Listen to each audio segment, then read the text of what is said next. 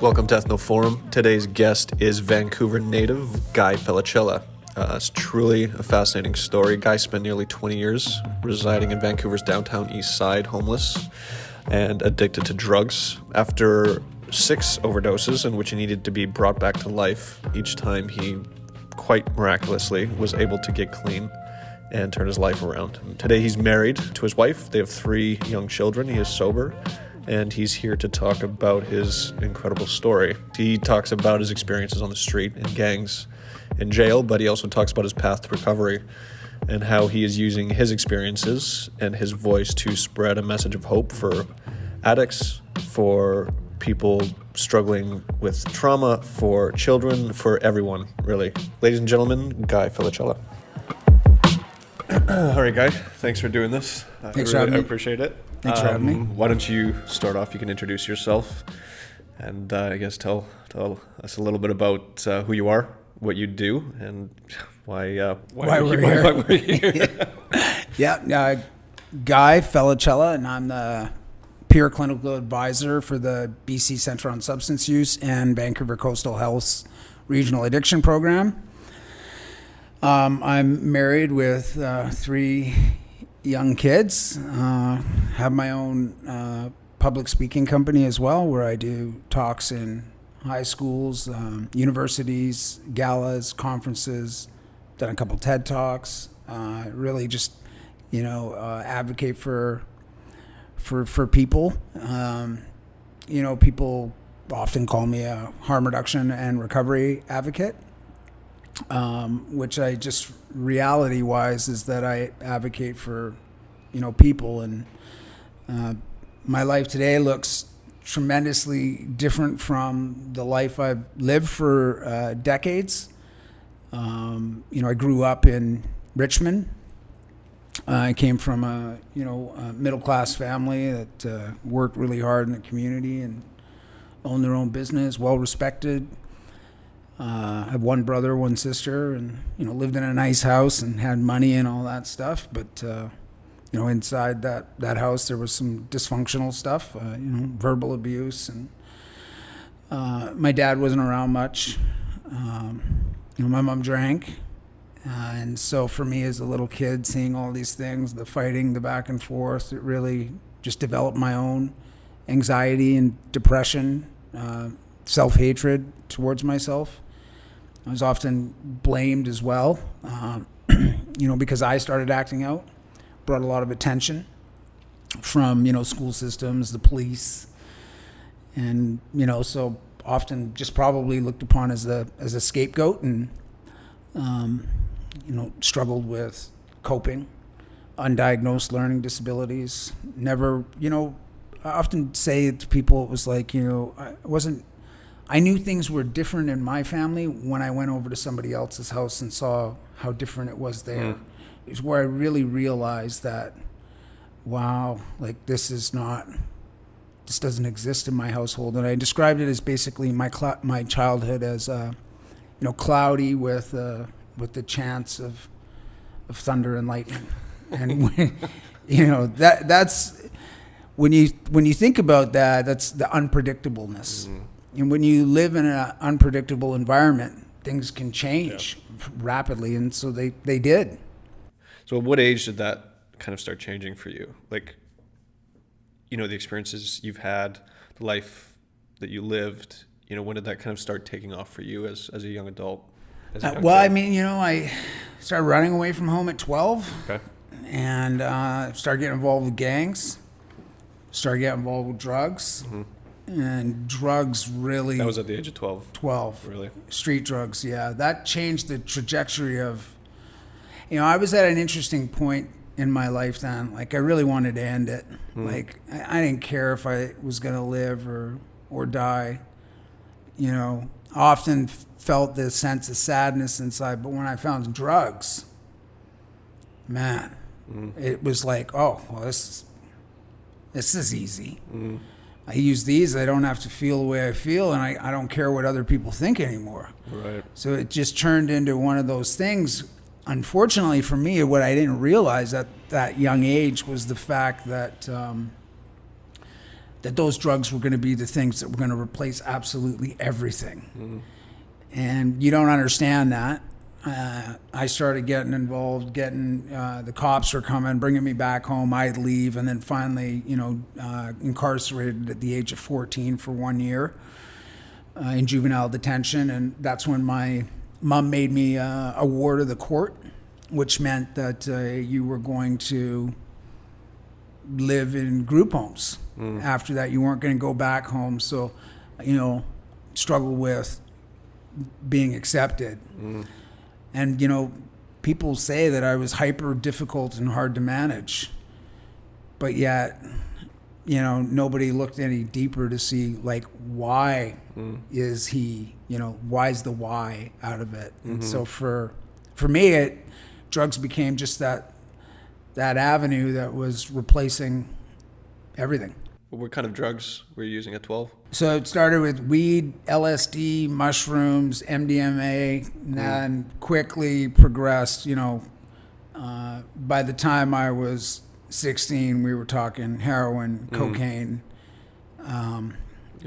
And when you're young, I always tell this to people, it's like, it's not as easy just to, continue a ongoing habit, especially when it becomes cocaine and heroin, and especially in the 80s when, I'll tell you, cocaine was like $200 a gram. So when I was a kid, I, scrounged together $20 and go buy some coke, and 5 minutes later, I'm got nothing. Yeah. Did you respond differently to heroin, like as opposed to cocaine? Yeah, I found for me, heroin did one thing. It was a feeling that took away things, made you feel comfortable. And when I used it, it was just, it gave I just couldn't relax. I always felt that I was tense. And when I would do heroin, it would just be like, oh yeah, like it was loose, loosen everything up, and be able to function. My challenges were, though, I was never the social drug user. I was the let's get wasted drug user. And there's a big difference. I just wanted to keep partying. And people are like, we're going to go home, there's no money left. And I was like, well, we can figure something out.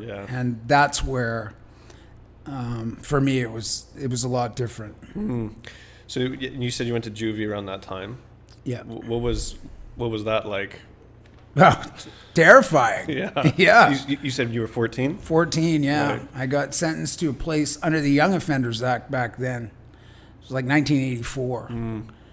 And I remember the date. You know how I remember the date is because the lady, the counselor, Sandy Gooby, because when I was leaving prison, I was saying, oh, you'll forget me. She goes, I'll never forget you, Guy Felicella. She was the one that just really cared about me in prison. And she was my counselor. And I said, why is that? And she goes, because you came here December 7th. And I was like, what's that mean? She was saying, well, for me, it's just significance because that's when Pearl Harbor was bombed. Interesting. And her uncle or somebody fought. And she said, I'll never forget that day. And that was the day that you arrived here. And she goes, other than that, I'd never forget you either because we've had so many talks. I actually, when I went into prison, I was crying because I was so afraid. And when I left prison, I was crying because I didn't want to go. Really? And she was like, you can't stay. And I said, well, I'll go to your crime and I'll come back. And she said, you'll never come back to this place again. You'll go to the youth detention center. This was more of a minimum security juvenile detention center run by the Salvation Army in Langley called House of Concord. And now that I live pretty close in the community, I've actually driven by where it used to be. It's now townhouses, but... Do you know where that is? Yeah, it's right across from the Langley Event Center. Okay, so yeah, I went to high school at Mountain Secondary, which is... It's actually on the grounds of Langley Event Center, so I know that area. Yeah, so that's where it was or used to be. Yeah, interesting. And when I left, when it was my release date, June, I was being sent to a group home in UBC area on 10th and Tolmie. Sandy Gooby, who was my counselor, she took me out. We went to see a movie. We went to Keg. And we went to Firestarter with Drew Drew Barrymore. Okay. And it was big movie back in the day, I guess. Yeah. I was like, let's just get out of here. But I remember when she ordered her steak, she ordered it blue. And so they asked me, how do you want your steak? And I said blue. And she says, no, he doesn't want it blue. He wants it medium rare. And I was like, well, why can't I have it blue? And she goes, it's raw. I was like, really? You eat raw meat? She goes hard for a counselor. Yeah. Yeah. So why do you think you didn't want to leave juvie? Yeah, I think a few things, but I really think that sadly for me, like jail is a safer place sometimes to, worry about. I figured things out. The challenge in my life is that I've always been bounced around from place to place. And that's tremendous anxiety on how I have to figure out how people are going to treat me or act or, so I go to a group home, and when I went to this group home, she even told me, you're going to love it. It's going to take some time, but once you get adjusted, it's going to be so good. This is a good place. And she was right. And when I went there, I cried. And they were so good. But after a year, I had to leave. And I didn't want to leave. Right. And so what happens is that... Was that just because of age, or...? It's just because it's just a program that was 1 year, and then they were moving you to another place, and I did not want to go. And then the next place they moved me to, I was just like, you know what? You guys just keep bouncing me around like I'm nobody or a number, and forget it. So I started running away and coming into the Downtown Eastside. Right. How old were you then? Well, I've been Like in the 17? I've been in the Downtown Eastside even before that. Okay. Like from Richmond, I used to come down here and score my dope and go back to Richmond. Right. Gotcha. And so, even the first time I got pulled over by cops, I was like 12 years old. I'd stolen $100 off my dad.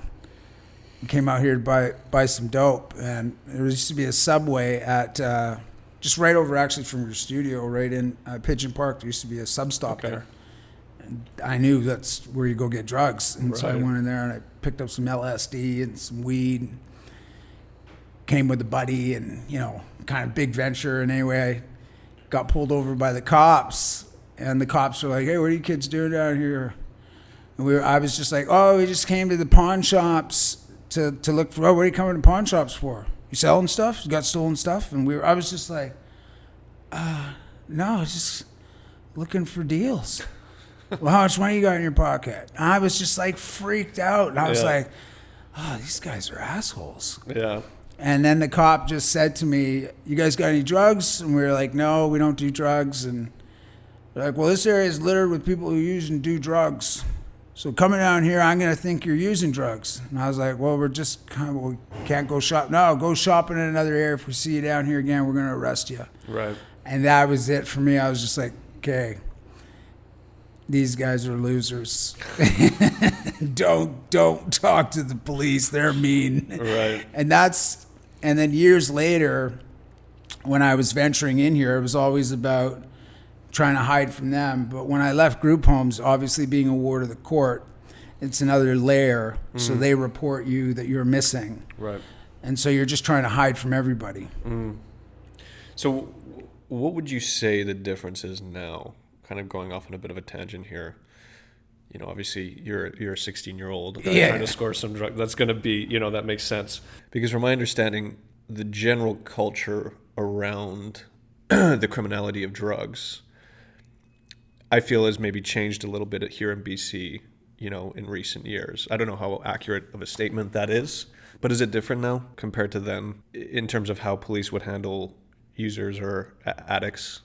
Let's say particularly on the Downtown Eastside? It's starting to, yeah. We're getting, obviously, the decriminalization of drugs for 2.5 grams is going to be in place in January, where police cannot take anybody's drugs as long as they have under 2.5 grams. But I'll tell you something. I have 55 plus convictions, all drug related. So when you actually think about that, and some weren't even drugs. Back in the day, they could arrest you for just carrying paraphernalia and throw you in jail. Right. And I mean, when you think about like the amount of money that costs, and prison isn't about rehabilitation, it's about incarceration. I was good at doing time. I've been doing it since I was a kid. It was like, they were thinking it's a deterrent or it's going to help me. I was just like, I don't care. I had an attitude. It was like I knew what to expect. Mm-hmm. I think, lived experience on things, you can't buy it, but it sure does cost a lot. Right. And it did in my life especially, but it gave me the wisdom to actually see things in a different way. Mm. Do you think that this movement towards decriminalization, you can have 2.5 grams or whatever it is now, do you think that's a step in the right direction? Well, yeah, because, the reality is that, people use substances, Mm-hmm. right? If we think that everybody who uses illicit drugs has an addiction, right? Mm-hmm. This is kind of the mindset of society. Mm-hmm. If that were true, then you'd look at anybody that walked into a liquor store and say the same thing. Mm-hmm. Oh, they got a problem. They go and get liquor. That's not the case. There is, right now in society, we have a crisis of not knowing what you're consuming. Right. So it looks the same, tastes the same, but ain't the same potency. Mm-hmm. And that's what's killing people. Now, decriminalization doesn't address that, doesn't change the illicit drug supply. But what it does do is it means you can't be punished for using those substances, up to an extent. But obviously, as well, you can't sell those substances because it's still illegal to sell. Mm-hmm. When was it when you got here to the Downtown Eastside and ended up staying? So like from 83 to 93, I was really in and out, I even tried to go get a life from like 1989 to 1993. People were saying he's got to get off drugs and his life will get better. And, I met a girl and fell in love and, had a job and I was trying really hard, but man, it was just painful being Guy Felicella. Mm-hmm. And from 1993 to 2013, I never left the downtown east side of Vancouver. Wow. So I just walked away from everything. Mm. And I mean, even when I was trying to do good, I was still messing up all the time. I'd work and get a paycheck and, go blow it all on cocaine. Mm-hmm. And then come home and then, your girlfriend's just angry and, you do it again and again and again and again. And it was just a revolving door. And it was really just because I was struggling to be me. Mm-hmm. And then, obviously in any relationship like that, she did her best to love me and support me.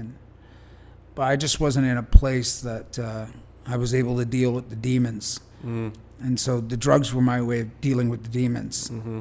And so for me, when I got down, I just walked away and, look back and with a lot of regret on that. A lot of regret is in my life, the damage that I caused a lot of people as well. I understand that. That's why I do what I do today, to try to, give back and help people, because, I took a lot. So just for some context for the listener, our studio where we're recording this is essentially located, right on the edge of the downtown east side, in the heart of Gastown. And when you walked in, the stairs kind of overlooked the alley, and you were saying, I used to use right there. What was it like living in the downtown east side? People will drive through or walk past or walk through, and we kind of have an idea of what it looks like from the outside, but you lived it, right? And especially from your perspective of having come out on the other side, what was it like? One thing down here that really resonated with me is pain. Mm-hmm. I'm struggling with pain. I see others struggling with pain. And it was comforting to know that I wasn't alone in that. And so when you're in a community where people are all struggling, but yet trying to function, make it work, doing the best you can to just survive sometimes, it was comforting. And then also at the same time, it was very punishing. Decades of being homeless, it takes a tremendous toll on a person, not only physically but mentally. Sleeping on concrete, or it's taxing. And then on top of that, you know, having a substance use disorder as well. And mine never ending, just nonstop, 24 hours a day, 7 days a week, you know, selling drugs, using drugs, doing drugs. And that's just how my life revolved. And when I saw your back alley out here, immediately, I actually said, my wife just says, it's safe to say that you used everywhere. Yeah. And I'm like, yeah, but there's some places where even though I was struggling, even though I may not have looked okay, and even though a lot of people might have been afraid of me, you know, one of the things for me is that I was just trying to hide as best as I could from you. I didn't want to bug you either. Yeah.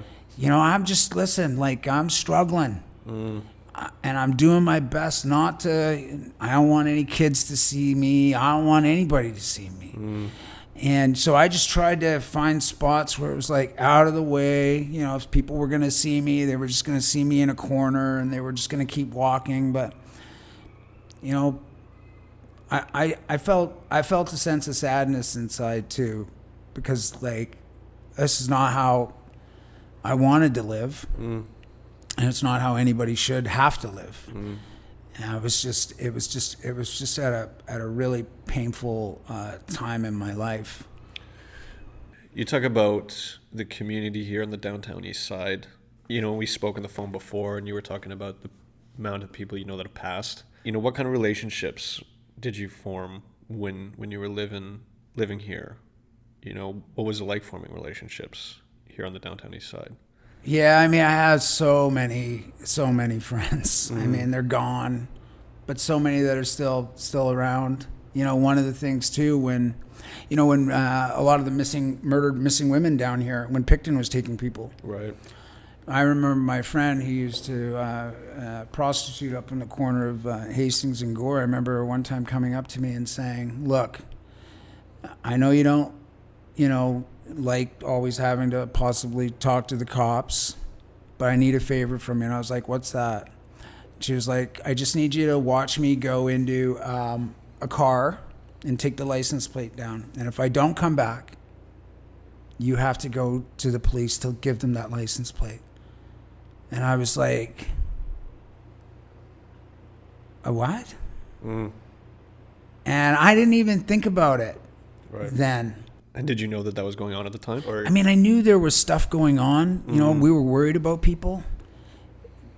But when years later, I seen her and she came up to me and she was sober. And she gave me a hug and we were talking and she was like, I just wanted to say, listen, when you came and you took the license plate numbers, and, you know, I'd come find you to let you know I was okay. Like, thanks for doing that. And and she goes, I was just really scared. I didn't even see that back then. Wow. And I almost like lost it. Yeah, no kidding. And I was just like, oh man, I'm just so happy you're doing well. And that was one of the things where, you know, we tried to just take care of each other because honestly and sadly, I mean, the rest of the society didn't really care. You know, we had 1 in 4 were contracted HIV/AIDS down here. Right. You know, in the 90s. I survived that. I survived the overdose crisis in 1998, where, you know, over 400 people died that year. I survived, you know, 5 osteomyelitis bone infections, 4 in my left leg, 1 in my back, where I had to relearn how to walk again. Wow. And then I survived the 2012 to 2013, where I had to be brought back to life 6 times. And, you know, you survive decades of being homeless. And you survive all that. Yeah. And at that gripping moment in my life where I was just like, I'm either going to die in my addiction or I'm going to die trying to get the hell out. And that was kind of the crossroads. So you've talked publicly about this aspect. You say that you've been brought back to life 6 times, and that was all overdoses, correct? Correct. Okay.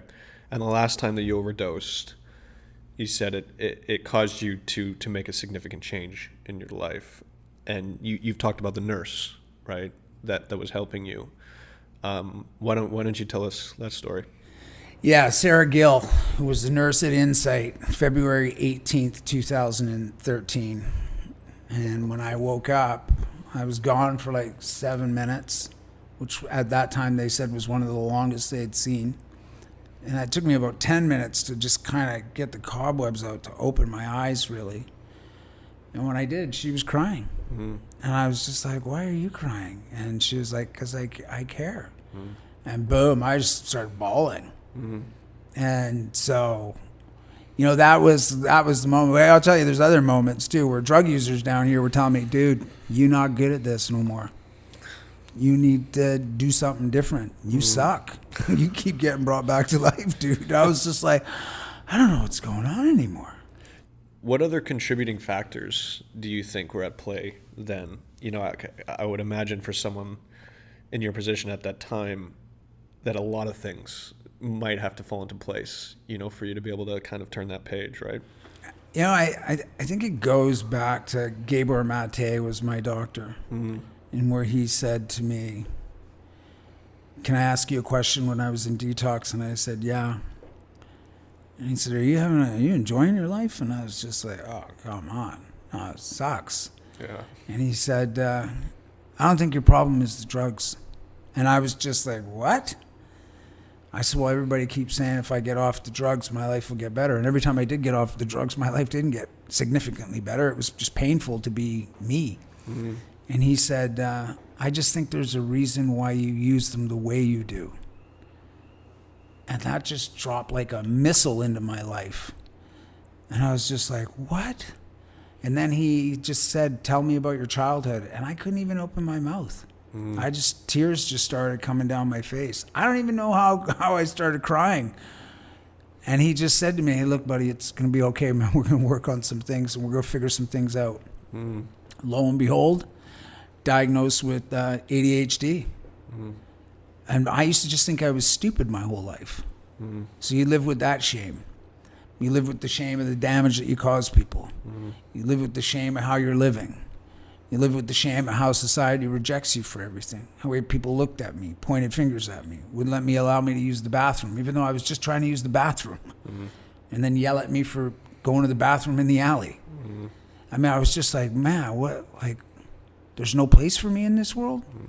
And when I was diagnosed with that, I mean, that gave me the awareness of me. I was like, so I'm not stupid. And I remember the specialist was like, no, you're actually really intelligent because you've had to function through life without having a diagnosis. Right. And look at you, you're here. And giving somebody the awareness of not only their trauma, but also of themselves somewhat, I started to put the pieces together. And so when I did go that last time, I left the Downtown Eastside, one set of clothes on my back, and a welfare check. Nothing. And went to a recovery house in Surrey. Now, this ain't a treatment facility. I've been to treatment. A stinking recovery house. Just a house with people in it, and the one rule there is if you use drugs, we're kicking you out. If you don't use them, you can stay. I was like, sign me up. And, the advice given to me back then is, hey, if you really want to stop using drugs and you want to hear the biggest impact, I was like, yeah, tell me. Stop hanging around people using them. Yeah. I said, well, yeah, I'm sure that'll help. And I got around these guys, and lo and behold, I started, going to these meetings, and, my ADHD doesn't allow me to pay attention for too long to, somebody talking, but I always paid attention, I think just enough. But I'm always drawn by people's authenticity or their emotional connection. Like somebody gets on a podium and starts, just talking about recovery or how they made it. But somebody goes onto the podium and starts, talking about and getting emotional about their lives. That impacts me. When I develop an emotional relationship to the pain, and sometimes you have to feel that pain just to let the the tears out, because that's a way to start releasing things. I went to this recovery house, and I went to an outpatient program. So 5 days a week I had to go. Right. It was my job. I have a job. I get $90 a month from welfare, living in a recovery house. They would feed me, have enough money to buy a carton of smokes, which I had to manage. I had nothing. Humble beginnings. And I mean, like, to go out for coffee with people, I'd have to budget everything. I didn't even know how to budget, but people were like teaching me. And went to this outpatient program, and there, you got like awards if you showed up 5 days a week and you were doing well. They would give you like a $25 visa, and so you get incentives, and we'd go bowling, and instead of going to group one day, we'd show up and they'd be like, "Hey, we're all going 10-pin bowling." And I was like, "Bowling? I haven't done bowling in forever." Yeah. And you go do bowling, and what happens is that when you get into recovery, the stuff that you used to love is gone from your addiction, but it's not gone to the point where it can't be retrieved. It's like you have to go back into the memory bank and pull things up and be like, "Man, what did I used to like doing? I used to like playing sports. I used to like watching sports." And so that I started to remember things that I enjoyed. And when I started doing those things, I started to feel a little bit more self-esteem about myself and started gaining traction. To me, it seems crazy in a way that you lived that life and survived 6 overdoses, and you're here now. Like, do you look back, and does that seem like a different life to you? Like, does that seem like? Well, I know you had mentioned that you were Tony on the Downtown Eastside, right? Not Guy. So I always used, I was down here. The only people that knew me by my first and last name were the police. So when I did hear that name, I was like, oh, shit, going to jail. Yeah. So Tony was just kind of the alter personality of Guy. And the reason why, I picked Tony is maybe it was common, maybe it was Italian. I liked it. I don't know. I used it because it was too painful to be Guy Felicella. Yeah. Do you look back on that time of your life as like, okay, that's a different guy? Like, do you feel it's a different life? Do you feel that it's still you? Like, now? Completely different person. Yeah. Like, for sure. I think change, when you have change that happens in somebody's life. I've seen a lot of darkness in my life. I've seen a lot of good. I've seen a lot of mean people, but I've also seen a lot of beautiful people. I see a lot of people that care, and I see a lot of people that don't understand. And I think the one thing that I've learned in me is that once I was able to put the pieces together and start getting some therapy for the stuff that I was struggling with, that I should have had way back when I was like 7, 8 years old, I started to deal with those battles. And the battles for some people is that if you make a mistake, you could just get up and walk away. I made a mistake. I'd want to jump off a bridge. And hang on one sec. Yeah. I heard that one. Yeah. Cisco. Fucking Cisco. Like, come on, dude. I know. We're shooting here. Yeah. Go yell at him. Yeah. Can you just hold your delivery? Yeah. Hey, pal, back off. Yeah. No, just get back in the truck and leave. Exactly. I'll be Tony for 10 minutes. We're going to leave. Yeah. They probably, there's a madman in the back of the alley yelling at us to get the hell out of here. We'll have to come back another day. Yeah. Perfect. Yeah. Sorry. Carry on. Yeah. So, it was just like, it was just, two different people. The person that's here today is just that. My wife describes it as, Tony's in the basement, locked up. We keep him down there. He's, that. What do you talk about? We don't talk about Bruno, the animated cartoon. No. So Bruno is the guy that lives behind the wall in the house. Okay. Oh, you got to watch it. My kids watch it. I'm crying. I cry at the Grinch. I take my kids to the movie and we cry in the Grinch. My wife looks over and goes, "See, babe, you never hated Christmas. You just hated being alone at Christmas." And I'm like sobbing in the Grinch. Yeah. No, so it's like I get these pinpoints of where I viewed things wrong too. I honestly just hated being alone, man. And I was afraid that I die alone. And so the drugs just helped me with that. Yeah. At what point did you feel that you started getting through that a little bit? Right, where you didn't feel that maybe you needed to be alone, or that you could open up, and obviously you've got a family now. Like, when did that start to change for you?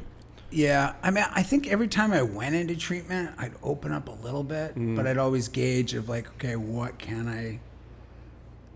I can't say all this stuff. Like, it's kind of like you can't empty the vault. And that was probably, one of the reasons why it's just so painful. I think when I met my wife, she was the one that didn't judge me. Actually, I think when I first met her, like, I was surprised that she was talking to me. I was like, who are you talking to?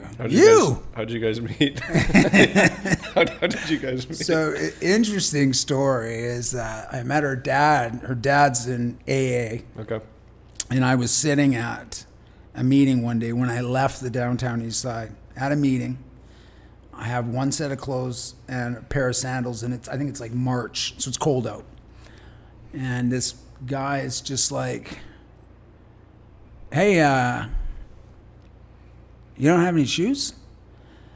And I was like, and he introduced himself. He's like, hey, my name's Ron. And I'm just like, whatever. I was like, no, I'm waiting for my check to go get some shoes. And he's like, oh, yeah, where are you living? And I was like, at the recovery house down the road. And he's like, oh, yeah, you're there? Oh, great. He goes, hey, listen, here's my number. Give me a call on Saturday. You want to go get a coffee and some breakfast? And I was like, sure. He's like, okay, give me a call on Saturday. I'll come pick you up. I called him, and he's like, oh, yeah, hey, Guy. And he comes by and picks me up and takes me out. I think we went to Ricky's. While we were at Ricky's in Surrey, he's like, hey, listen, I want to do something. I was like, what's that? And he's like, well, I'm going to take you shopping and get you some clothes and some shoes. And I was like, well, I can't pay you back. Like, that's like, I don't have much money. He's like, I didn't ask you to pay me back. He said, if you stick around one day, you'll understand. And I was like, and the guy took me out, and he spent like $700-800. He doesn't even know me. And you know how I paid him back? I married his daughter and gave him 3 grandkids. There you go. When I first met her, I was doing a painting project at his house. So you say, hey, you want to come over and help me paint the fence? I was like, yeah, sure. So I'm doing new things and learning new skills and, helping people. And I just loved it. I loved doing something for somebody else. And so I went over there, and I had like a white tank top on, and I'm all tattoos up, and I'm walking around his house, and all of a sudden I see this beautiful blonde girl come walking down the stairs, and she jumps, and she's like, "Oh my, who are you?" And then she just books it, and then she goes to her dad. She goes, "Oh my God, Dad, there's this guy neck tattoos in our house." "Oh, that's Guy. Yeah. Great. I want to introduce, that's my daughter, Brianne." And you know what? I was like, wow. I was just like stunned. Yeah. And interesting story, because I had court in the Downtown Eastside, and Ron was supposed to take me. And he actually worked for Cisco, as we heard that truck out there. That's why I started laughing. That's right. But yeah. And so he said, "Hey, I can't take you to the Downtown Eastside, but my daughter's going to pick you up and take you." And when I jumped in her car, I was just kind of like, "Is Ron really your dad?" And she was like, "Yeah, why?" And I was just like, "Well, I've never met your mother, but your mom must be beautiful, because your dad's just butt ugly." And she laughed her head off. And she was like, "No, he's my real dad." And I was like, "Okay." And anyway, we became friends. She already was in a relationship with somebody else at the time, and I was involved in one as well. And and then when I left the recovery house, she had a condo, but she was living with her boyfriend, and they let me rent the condo out, and I stayed there. And one thing led to another, and then we became, we were good friends, hanging out, having coffee, and then, what happens with that sometimes, right? Yeah. Just things happen. Yeah. And they did. And they did. Yeah. So I think kind of like what's interesting is you had said before that you've seen a lot of darkness, but you've seen a lot of beautiful people as well. And like the nurse of your last overdose and your father-in-law now and stuff like that. Like I feel like there's these kind of pockets, and even like the counselor in juvie, right? Like there's these people within the system that probably, some of them maybe, really care, right? And they do it because they care, and they do these things because they want to. But for some reason, there seems to be a bit of a disconnect with the system as a whole, right? And I don't know if you can speak to that at all, where you have the people within are doing it for the right reasons and probably do really give a shit. But why does that not jive with the system? Yeah. Right? Like, does that make sense at all? Totally. I mean, I think what's happened is that we've developed a, programming of how we view things, and usually that's based on our laws and policies. It's been passed down. For you ever ask somebody like, well, why do you believe illicit drugs shouldn't be regulated? But why do you believe alcohol should? You know what I mean? It's kind of like, oh yeah, wait. And a lot of our laws and policies are born in a racism towards people and discrimination. And so you're branded either, a person who's a taxpayer or you're a criminal. And that's the category in the box that you get put in. And so you have a system that's dysfunctional, and yet you have people in there that are not institutionalized to the system. They're still human beings, and they see beyond that. Like, one of the things too I always say to people is that when you sit down with somebody, especially if you're a health practitioner, mental health or harm reduction advocate, recovery advocate, or anybody, it's not just you and them. It's you, them, and every traumatic experience that they've ever gone through in their lives sitting right in front of you. And so I often say, like, I think one of the things I've often looked upon back in my life is I've remembered how people always made me feel. And if you were one of the ones that made me feel good, even though I was struggling, if you had me a sandwich on the street or a cigarette or stopped by to say hi and bought me a coffee, gave me a hamburger, gave me $20, whatever. Like, you didn't have to do that, but that meant a lot. At a time in my life when I don't need you to pile on that, hey, you're not living up to the standards of life. Yeah, like, I know, buddy. Like, I don't need to hear it, though. Yeah. But I'm struggling. Yeah. But I'm trying to survive. And it was like, when I was down here, I think the basis of my life was like, how do I survive? But also, how do I survive without dealing with the pain? And so that's why Tony was this mean, angry dude that people stayed away from, because I didn't want you to see inside me, because it was too painful. And when that doctor got inside, I mean, that's what the kindness did. It chipped away at all the madness and the anger. And finally it just broke. And somebody got in at the right time. I always say there's like 3 phases. There's a seed planter, a person comes along, waters, and then there's somebody going to come around and watch it grow. And so all 3 are vitally important. We just stay at the seed side. We don't think that it's going to change. And so people say that to me, oh, people are never going to change. I say, hey, listen, today could be the day. Yeah. And, in my life, it was that right moment, right opportunity, right timing. And, oftentimes where I wanted to get help, it was at 3 a.m. Hey, this is a great time for me to get me into detox. Let's do this. Oh no, you can't get in for 2 weeks. It's like, 2 weeks? That's defeating. Right. Why do you ever think why you how you got out of this, or how you got out of that point in your life, and why other people don't? Yeah, well, I tell you this, like, even though I was good at using dope and doing all the things that, or thought I was good at using dope, I should say, because I wasn't really good at it. But even though, I had a desire inside. I always had this chip. Like, oh, you can't do that. It's like, what? Why not?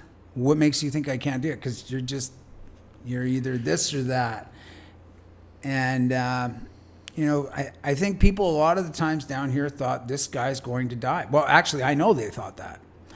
Well, you did a few times also. Yeah, but right. Gone and never get to come back. Right. And I just had, people used to see me on the street going into detox again, like after I'd left a week before, and they'd be like, why are you going back up there, dude? Like, you just leave in a week. I was like, I just got to keep trying. And I've always been determined to do something different. And I kept trying and trying and trying and trying and trying build success in people. And in anything in life, if you give up trying, you don't have anything. So we don't celebrate that people are trying. They are. I walked down here. I got here at 11:30, and the reason why is because when I come down here, I want to talk to people. When you come down here now, like you're here today, do you ever run into people you know or used to know in the area? Every day. Yeah, really? Yeah, it takes me about an hour to walk a half block. Really? Yeah, and it's great. Yeah. I mean, people use that as the source of their own inspiration. Yeah. And to think the thing is too, it's like, I always say this to people, it's like, I had some street cred. So when people saw me, they like, damn, this guy, bad news. Bad dude. He got better. Not only did he change, I'll tell you a story too. A buddy of mine who's down here, he had a brand new cell phone. And he wanted, just give me $50. It's a brand new Samsung. I can't remember. It was like 8 or 30 or whatever they are now. Samsung. I don't know. Nokia? Like it was like, it was a couple years ago. Oh, okay. And he was like, I just need $50. And I was like, look, I just want to tell you something. I lived that life where under normal circumstances, I would buy stuff that I knew could be possibly stolen or, And I just said to him, I said, look, I don't want it. I know you'll sell it. It's a good deal. But I'll go spend $800. And there's a reason to that. I used to buy and do that stuff. You know me. And if I open that world, I might just fall back in it again. And I said, listen, I don't want the phone, but here's $10. Keep the phone. And he looked at me and you know what he said? Man, you really have changed. And I was like, yeah. People used to see me down here and be like, hey, you just getting out of jail? I was like, no, I've been you in recovery? Yeah, how long has it been now? I'm like, 8 years. They're like, weren't we just getting high like a year ago? I was like, no, that was like 7.5 years ago. And they're like, oh man, time flies. Yeah, wow. And that's the truth, man. Time rips by.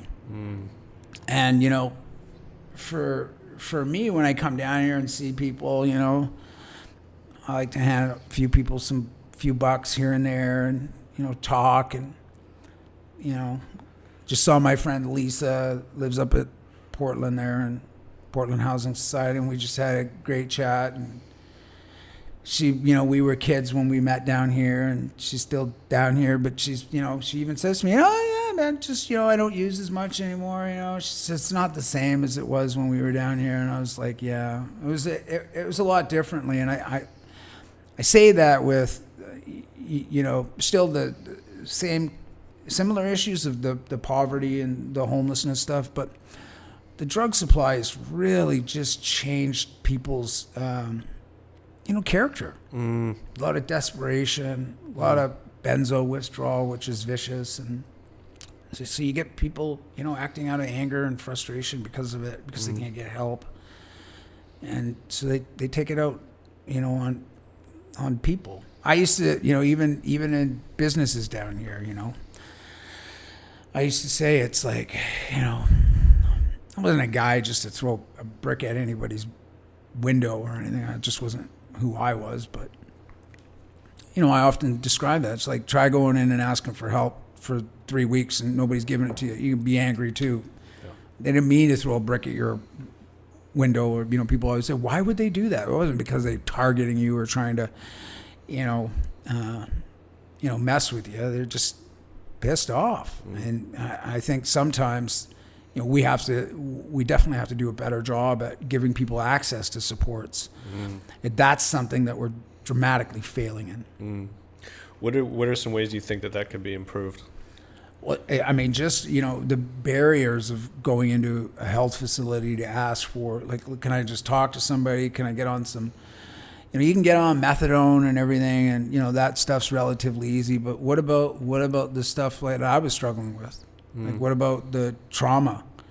What about, like, having a facility where you could go talk to somebody if you wanted to?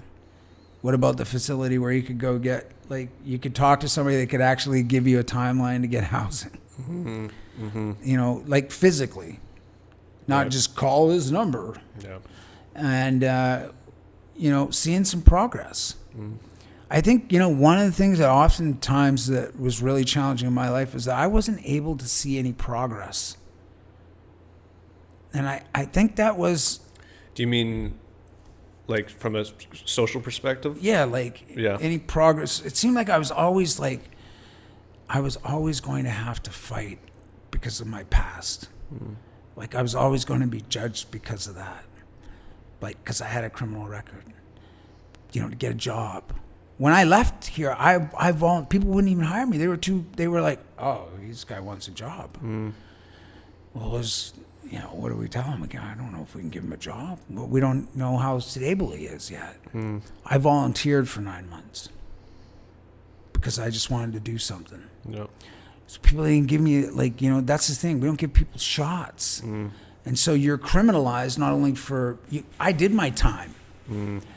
But yet our society will still punish you for your past. Still bring it up. Go try to rent a place to live. Criminal record. Go try to get a job. Criminal record. It's like, man, you know what? Yeah, I have a criminal record, but I paid my debt to society. That's not the person that's here today. But we have our minds go back to that. It's like my asterisk was like, I worked at Expo 86. Okay. Right? Yeah. I worked at Earl's in 91. And then nothing until 2014. And people are like, what happened? Yeah. Well, I kind of disappeared. Gilligan's Island.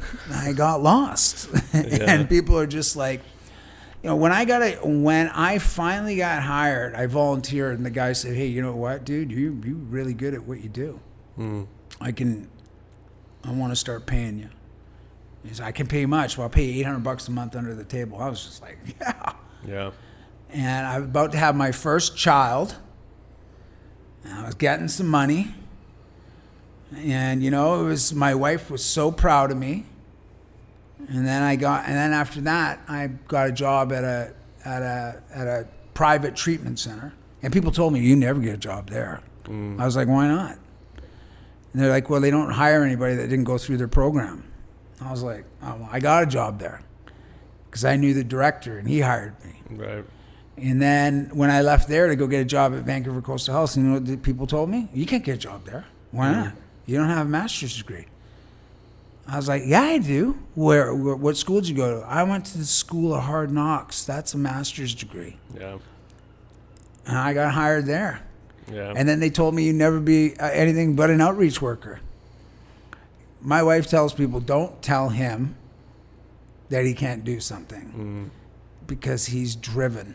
And I think that drive was even reflected in my life where people in the streets would see me and be like, he's never going to amount to anything. I finally turned, my thing was that I crushed under pressure before. And now I thrive under pressure.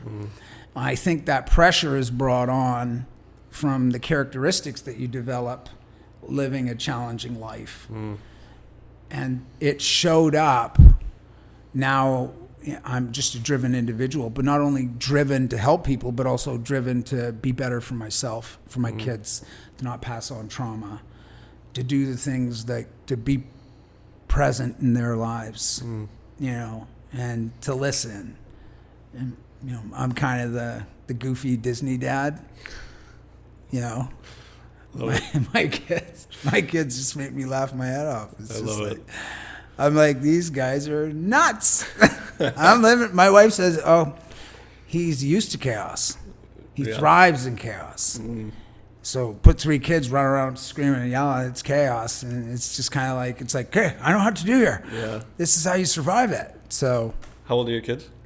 Noah's turning 8 in September, and Gia just turned 6. Okay. And Leo is badass 2. Oh yeah. Terrible 2s. Terrible. Yeah.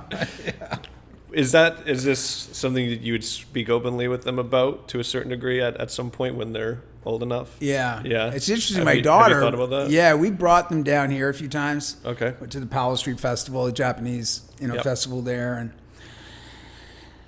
you do teachable moments. My daughter was like, she was 4 at the time, and she was like, Dad, somebody's sleeping on the street. And you just kneel down and talk to her, and you tell her that, some people, you lucky. You have a house. Some people don't have a home to live, but they're no different than you. They just have challenging circumstances. Mm-hmm. When we park back, like, kids remember everything. My daughter, when she got it, we parked, because we used to go to this Virtuous Pie down here to eat. We parked in the same spot. My daughter got out of the car this time, and she was like, Dad, the man's not on the street. He must have got housing. And that's because I kneeled down with her, and I just told her, I just said, gee, I wish the rest of the world thought like you, but I said, yeah, he could have got housing. And she was just, so she's not afraid of it. My kids can be eating a peanut butter sandwich at Pigeon Park. Everything going on around you. They don't see that. Not jaded, not skewed, not enough information, right? No bias, no judgment. You know what they're there for? They're there with their mom, they're there with their dad, they're eating a peanut butter sandwich on a park bench, and they just see people doing their thing. But they don't have any connection to it. Like you had said before, and on that note, you had said before, you've seen darkness and you've seen beauty. You'd think that what you've been through would really make you feel jaded about the world, right? You would think. I don't get that vibe from you, right? Yeah. You have every reason in my mind to be like, no, like, fuck that. Yeah. But I don't get that vibe at all from you.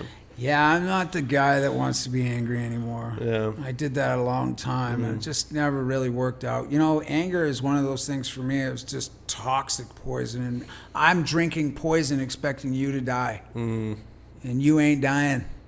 I am. I was just like, this doesn't work anymore. Yeah. And that's where I started to realize, I was just like, man, how do I not? It's not that I'm not angry sometimes at things and circumstances. Angry makes me motivated, though. And, you got to have a little bit of edge because, people depend on you. I got my friend down here housing after 6 years.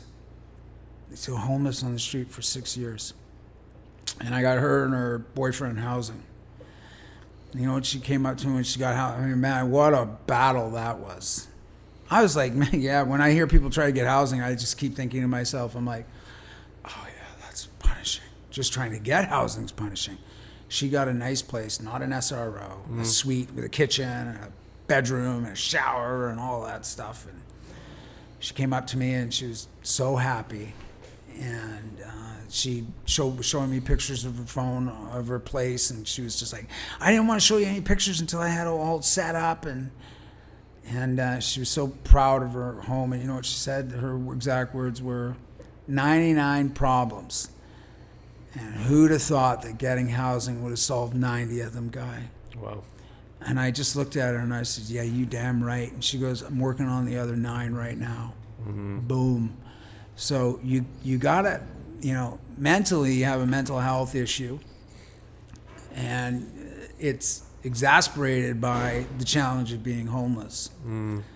That's just a bad combination. Yeah. People need some stability to actually have that safety. Because living on the street is one thing. You think you sleep, you don't. You have to be alert, protective, protect your stuff at all costs, because somebody could just come around and mess with you and take it. And so you never rest. Your brain never shuts off. And drugs for me and sleep debt, bad combination. So, and for people down here, it's the same thing. I think sleep debt can be worse than the drug. I want to double back. Just you were talking about doing your time, and before when you're in juvenile detention. I'm curious the difference being in jail versus juvenile detention.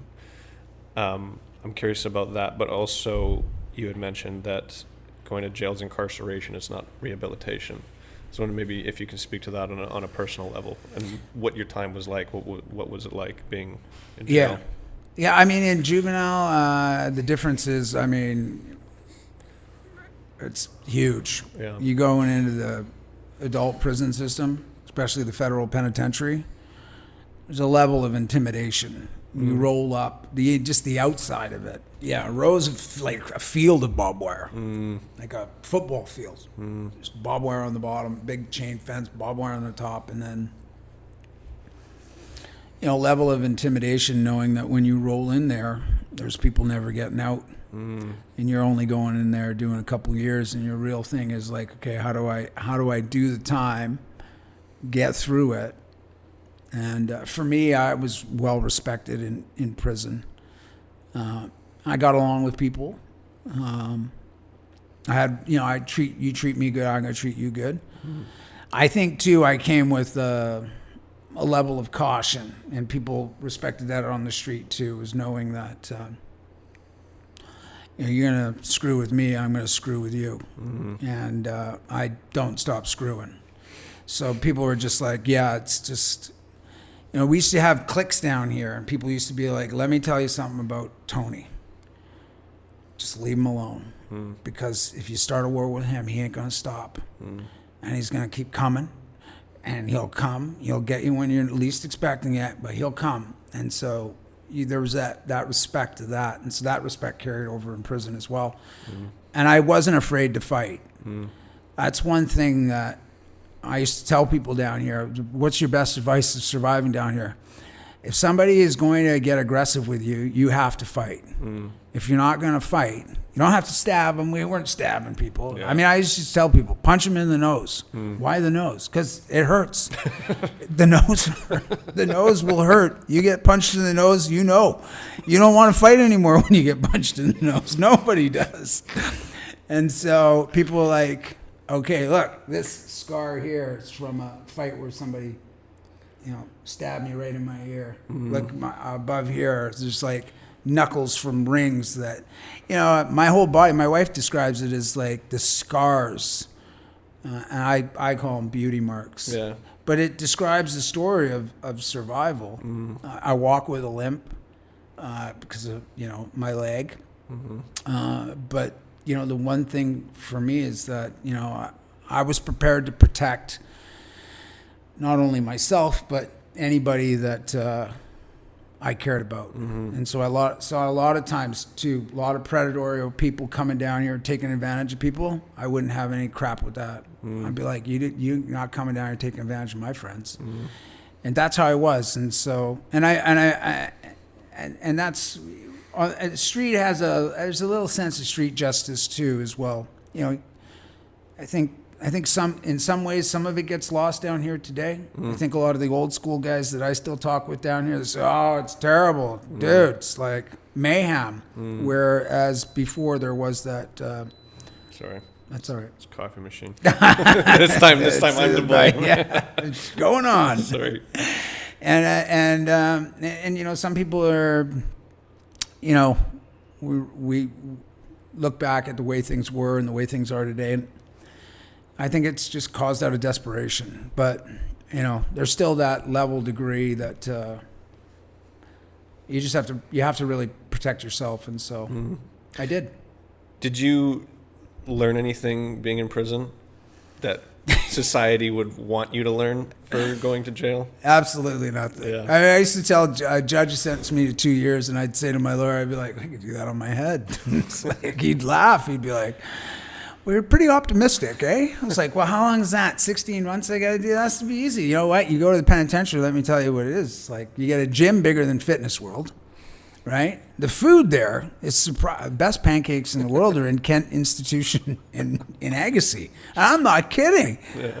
I'd be like, these pancakes need to be bottled up and sold out of the prison to the general public because they're the best freaking pancakes I ever had in my life. And yeah, so jail really, you know what it taught me? I made a few more connections. You know, probably met some people I probably shouldn't have met, and got myself into, you know, deeper troubles when I got out. But like I said, it's just about incarceration, not about rehabilitation. Yeah. And that's where you look at it and be like, and the majority of people that are in prison, drug related. And that tells you something. Like, oh, you're in here for drugs? Or using drugs, or did a crime because of getting drugs, or whatever it was. And, you know, you have to shift away from that. And, you know, I think we're getting to you know, decriminalization is one thing, but then you have to have supports to support people, because not everybody down here wants to continue using drugs either. But majority of people I talk to down here are trying to stop using. Yeah. But there's just, when there's nowhere to go, it becomes this vicious cycle of prison, incarceration, parole violation, a revolving door, back out. You know, this is what prison does. This is the rehabilitation that prison gives you. On the day of your release, we're going to give you a welfare check. We're going to drop you off at the bus stop, and you're homeless. And then when I come back into the Downtown Eastside, and I get arrested a week later for doing something else, you're going to be like, well, put him back in jail. Let's teach him another lesson. And it's like, yeah, that's your rehabilitation? Dropping me off at a bus stop homeless and saying, okay, best of luck, my friend. See you next time. And that's where we fail. Do you have any thoughts on what can make that better? A place to go? Yeah. You know? Yeah. Like, place that has like some safety, like your own place. Yeah. You can't figure it out if you're doing a 2-year prison sentence that, right, this person's homeless. Maybe we should try to get him access to housing before he gets released. Probably be a good concept. Yeah, you'd think. Do nothing. You know, oh wait, let's sign him up for the substance abuse management program in jail where they hand out coffee and cookies and you listen to a prison guard talk to you about recovery who knows nothing about recovery. You're just kind of like, oh, come on. Like, really? You know?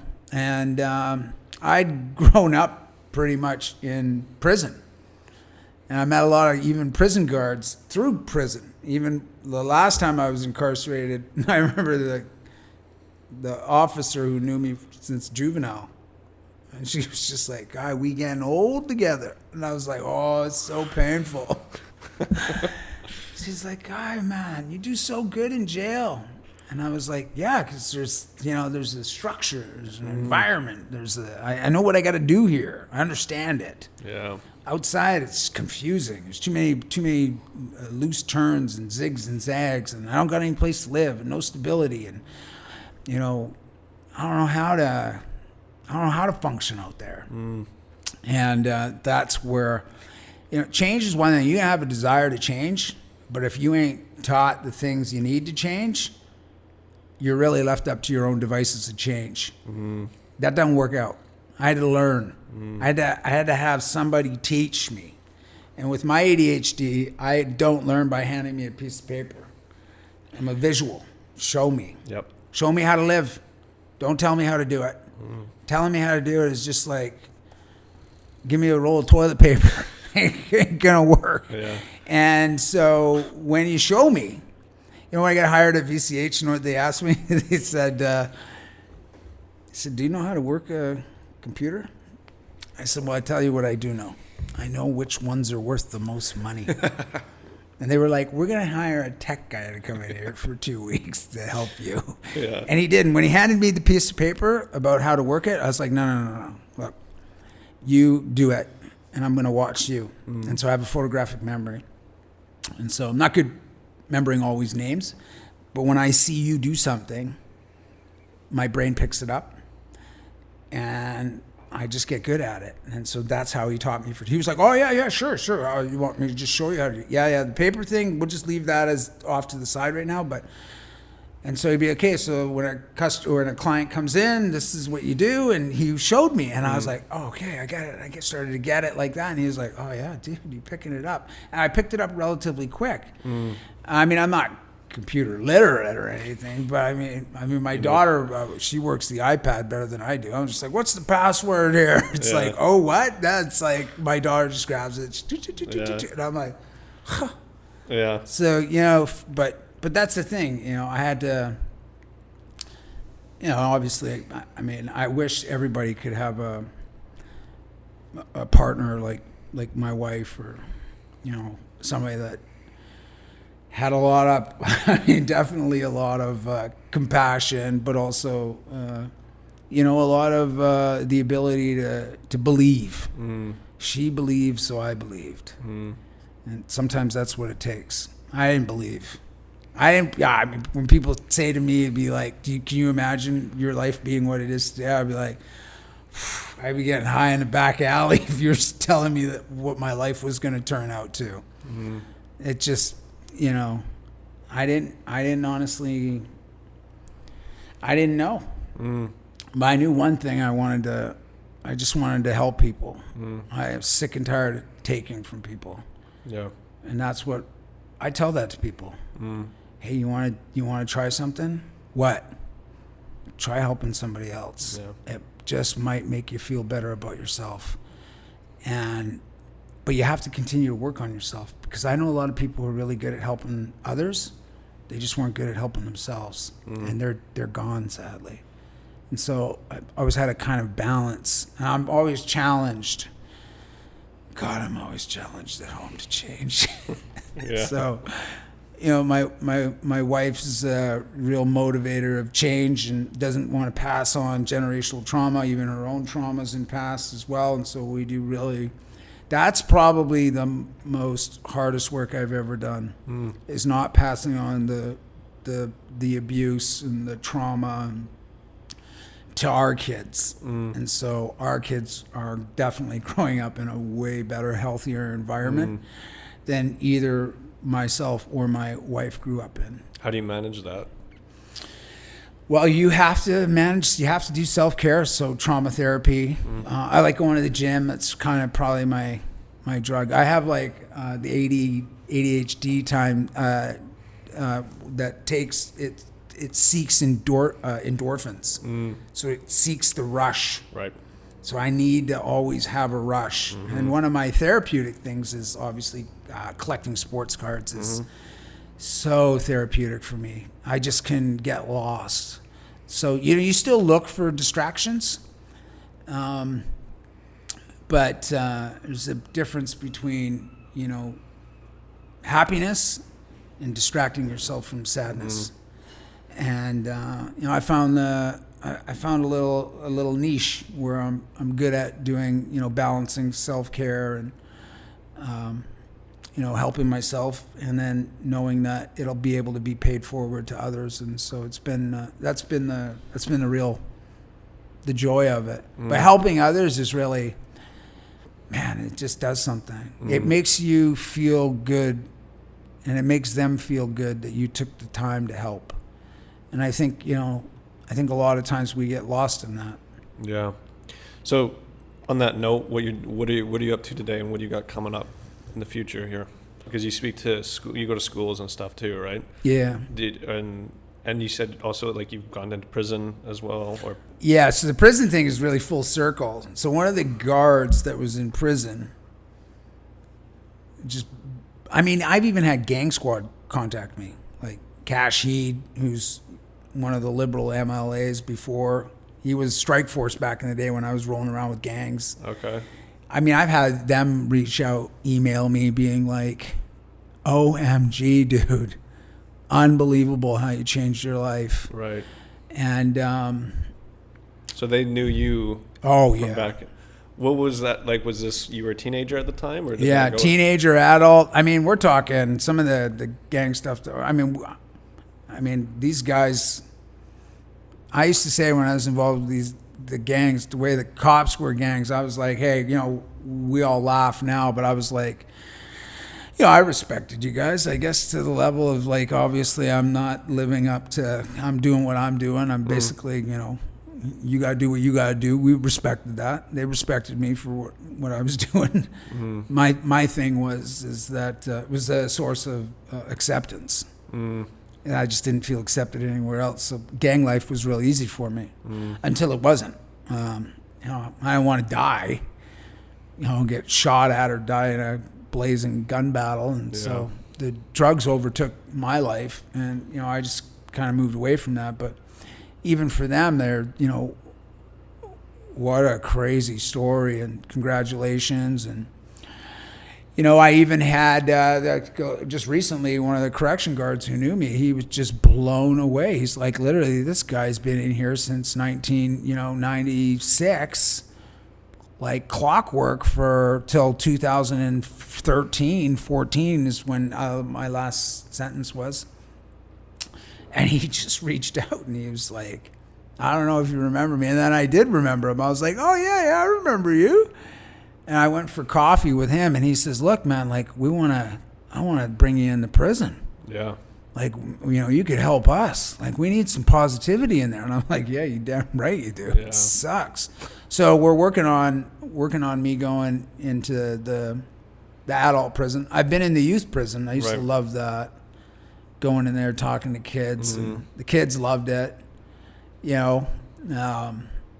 And so you just try to share your story and inspire others that no matter how far you fall, man, like, you can get back up, man. It doesn't have to be this way. Yeah. And I think that takes a couple things. You need a willing participant, somebody motivated to change, but sometimes that takes time. And I think we all develop things in our lives where it's like, man, I was just like, okay, I know what happens when I do this. Like, I tell people, like, hey, you're never going to use drugs again? It's like, well, no, because I wind up in frickin' jail all the time. Yeah. I don't want to go there anymore. Yeah.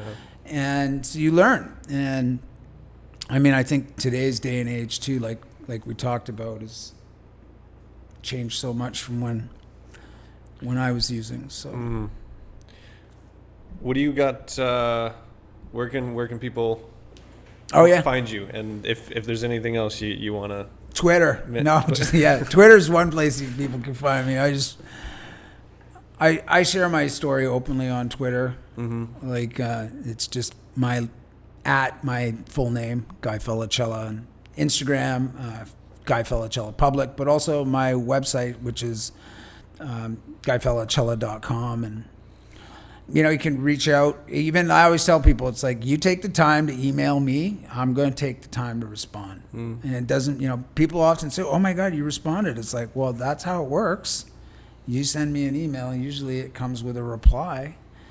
And I reply to everything. The amount of emails that I've gotten from kids from schools, and I take the time. Like kids going through similar stuff that you went through? Or yeah. Just, yeah. And I take the time to reach back and, try to lend them some support and try to find them services that are available in their community, and if there's any. There's a lot of kids struggling with a lot of stuff right now, and if we don't change, we're passing on that stigma and discrimination and trauma to another layer of children. And so for me, it's just, when they call, they just, I know that it may be small, or, kids have called me and asked to do projects, like the grade 5 kids from a private school called me, and they were doing a project on the overdose crisis, and they had their take on it, but they probably got it from their parents. And then after I did a talk with them, they were like, okay, we're just going to throw this in the garbage and actually start over. Because I brought back the drug policies from the Opium Act in the 1800s, prohibition of alcohol, which is something of the information that weren't passed on to maybe their parents didn't go farther back. Right. We go back with drugs are illicit, so that means you'll go to jail. And so they were coming to me with, stuff like that. Well, if they're not going to get off drugs, we should put them in prison. And I was like, okay, back the Ford up. Let me tell you how we got here.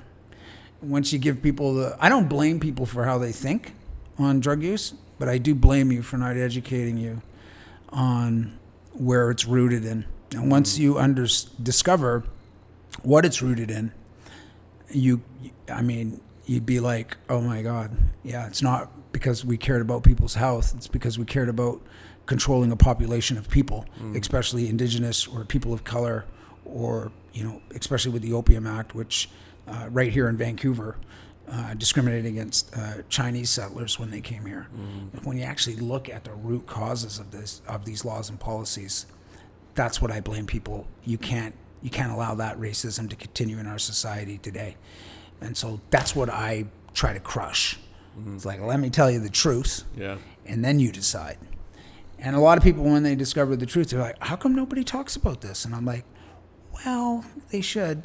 And I think, in school systems, I push, nobody cares about the Viking treasure. I didn't care about that. It was like, a gold coin, where is it? Do I get any? No, I don't want to learn. Tell me something that I need to learn. Tell me. I would find that completely fascinating, that prohibition was racist, and so those are the things that we need to change in our society in order to educate, to remove the stigma, so that if somebody is using substances, they won't use alone, or if they feel discriminated against, that they'll be able to talk about it. I feel for the kids, man. They're battling like COVID, or whether get vaccine, not get vaccine. Yeah. Oh my God, like my mom could get sick. My grandmother might die. Yeah. And a layer of anxiety in their own lives, social media, got to look a certain way, got to be a certain way. And when I went to school, it was like you fit in 4 categories. You're a jock, nerd, mod, or you're a rocker. And if you weren't one of those, mod is that like, mod was kind of like the dark, the dark, goth kind of? the goth. There's a different word for every generation. Yeah, and if you didn't fit into that category, you're like, oh shit, I got to pick somebody quick. And so, there's so many different aspects to these 4 categories, right? And so one of the things I know a lot of youth struggle with too is like, people of sexual identity have been coming up to me and talking to me like, that's why I use drugs, man, because I can't be who I want to be. And I'm like, man, that's sad, man. Yeah.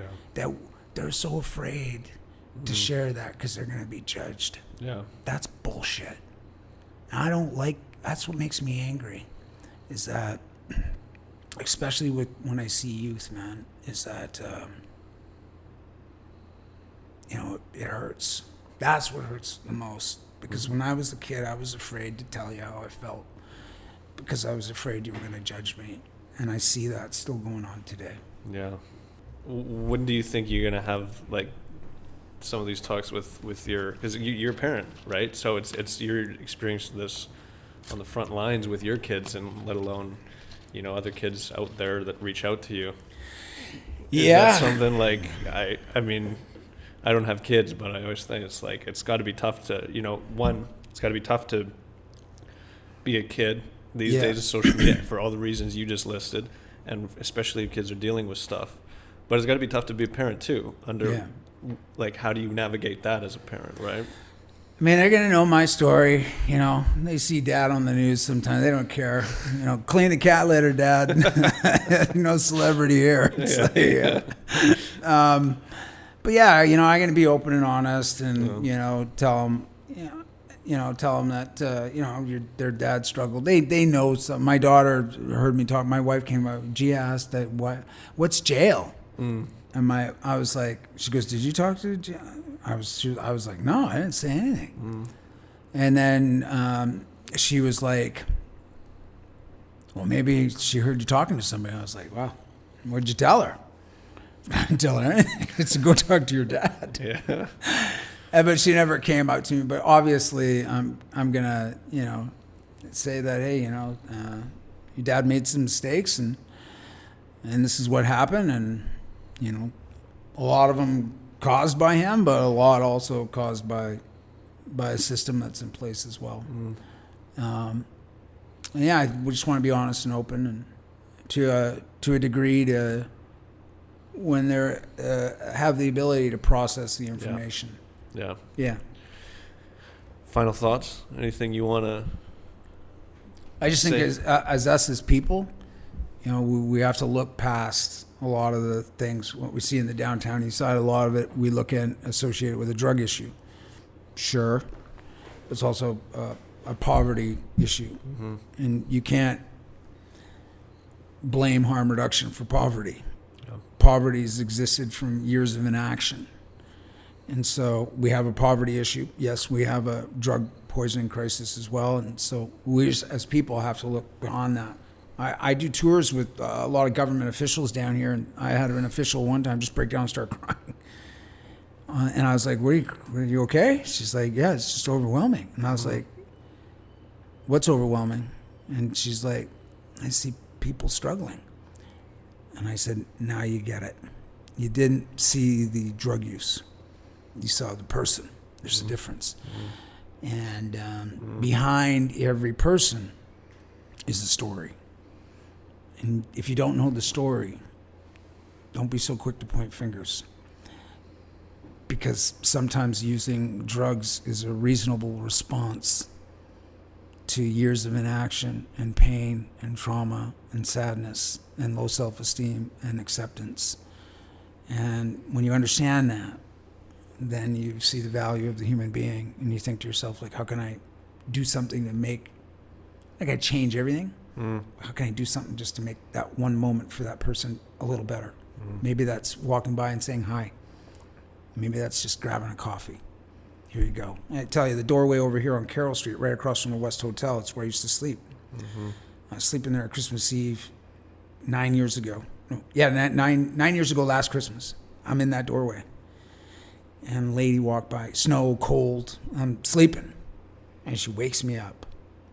And she hands me a coffee, kneels down, gives me a hug, pulls out $50 and says, Merry Christmas, and gets up and walks away. I've never forgotten what she did. And I've never seen her again in my life. I don't know who she is. I have so many questions. Was that your coffee? Did you just give me your coffee? Or did you see me there and then go buy a coffee and then come back and give me a coffee? Why would you stop? Nobody stops, but you did. And I have so many questions to that, but one thing I took away from that is at that time, it was such a challenging time in my life that somebody would just stop and care, but give me a hug. It was the hug that got me. Yeah. I was more stunned. It wasn't the $50 or the coffee, but she gave me a hug. Yeah. She didn't look at me as somebody that was disposable. She saw the humanity in a person. And it really kind of, I never forgot, even though I was, a lot of times induced with substances or angry, I never forgot all the amount of kindness, random acts of kindness that I witnessed in my life. And that has taught me a lot of stuff of a lot of learning of man, look what happens when you're kind. People react differently. And so that's just how I picked that up. Was never taught that. Yeah.